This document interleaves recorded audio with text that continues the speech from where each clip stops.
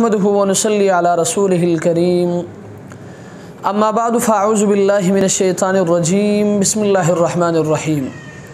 लाहौर रायवन से मोहतरम सुहेल साहब ने सवाल किया है। उनका सवाल ये है कि अगर दौरान नमाज आपके मोबाइल फ़ोन की घंटी बज जाए तो आया एक हाथ से उसको बंद कर सकते हैं या नहीं कर सकते? तो याद रखें, इस मसले में दो तीन बातें अपने जहन में रखें। सबसे पहली बात ये अपने जहन में रखें कि जब भी आप नमाज के लिए मस्जिद में तशरीफ़ लाए तो मस्जिद में कदम रखने से पहले कोशिश ये करें कि आप अपने मोबाइल फ़ोन को मुकम्मल तौर पर बंद करें, ताकि कहीं ऐसा ना हो कि नमाज के दौरान आपके मोबाइल फ़ोन की घंटी बज जाए, आपकी नमाज भी ख़राब हो और उनकी नमाज भी ख़राब हो जाए। इसलिए कोशिश ये करें कि जब भी आप मस्जिद में तशरीफ़ लाएँ, मस्जिद में आने से पहले आप मुकम्मल तौर पर अपने मोबाइल फ़ोन को बंद रखें। दूसरी बात ये अपने जहन में रखें कि इंसान है, बहैसियत इंसान कहीं आपसे भूल गए और भूलने की वजह से आप मस्जिद में आए और मस्जिद में आने के बाद आप नमाज में खड़े हो गए और दौरान नमाज आपके मोबाइल फ़ोन की घंटी वो बजना शुरू हो गया। तो याद रखें, अज़रूरी शरीयत आपके लिए हुक्म यह है कि आप एक हाथ इस्तेमाल करके उसको बंद करें। अगर साइड के जेब में है तो एक हाथ यहाँ डालें और आराम से उसको बंद करें। अगर सामने जेब में है तो एक हाथ से उसको बंद करने की कोशिश करें।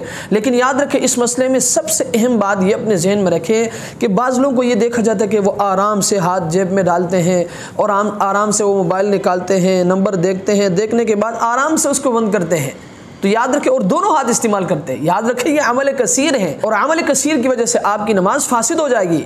इसलिए कोशिश ये करें कि जब भी आपके मोबाइल फ़ोन की घंटी बजना शुरू हो जाए तो एक हाथ से उसको बंद करने की कोशिश करें। याद रखें, दो हाथ इस्तेमाल न करें। अगर आप दो हाथ इस्तेमाल करेंगे तो अमल कसीर होगी और अमल कसीर की वजह से आपकी नमाज फासिद हो जाएगी। तीसरी और सबसे अहम बात ये अपने जहन में रखें कि इंसान बहैसियत मुसलमान कोई भी शख्स ये नहीं चाहता कि मस्जिद में और वो भी दौरान नमाज उसके मोबाइल फ़ोन की घंटी बज जाए।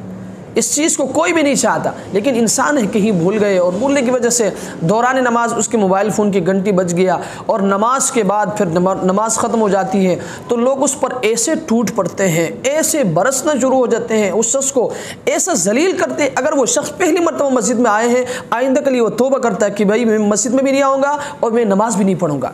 इसलिए मोहतरम सामिईन व नाज़रीन, इस चीज़ का आप बहुत ज़्यादा ख्याल रखें कि ही आपके इस अमल की वजह से अगर आपने उसको समझाना है तो मोहब्बत से एक साइड पे उसको लेके जाए और अकेले में इनफरादी तौर पर उसको समझाए। अगर आपने नहीं समझाना है तो उसको अपने हाल पर छोड़ दे।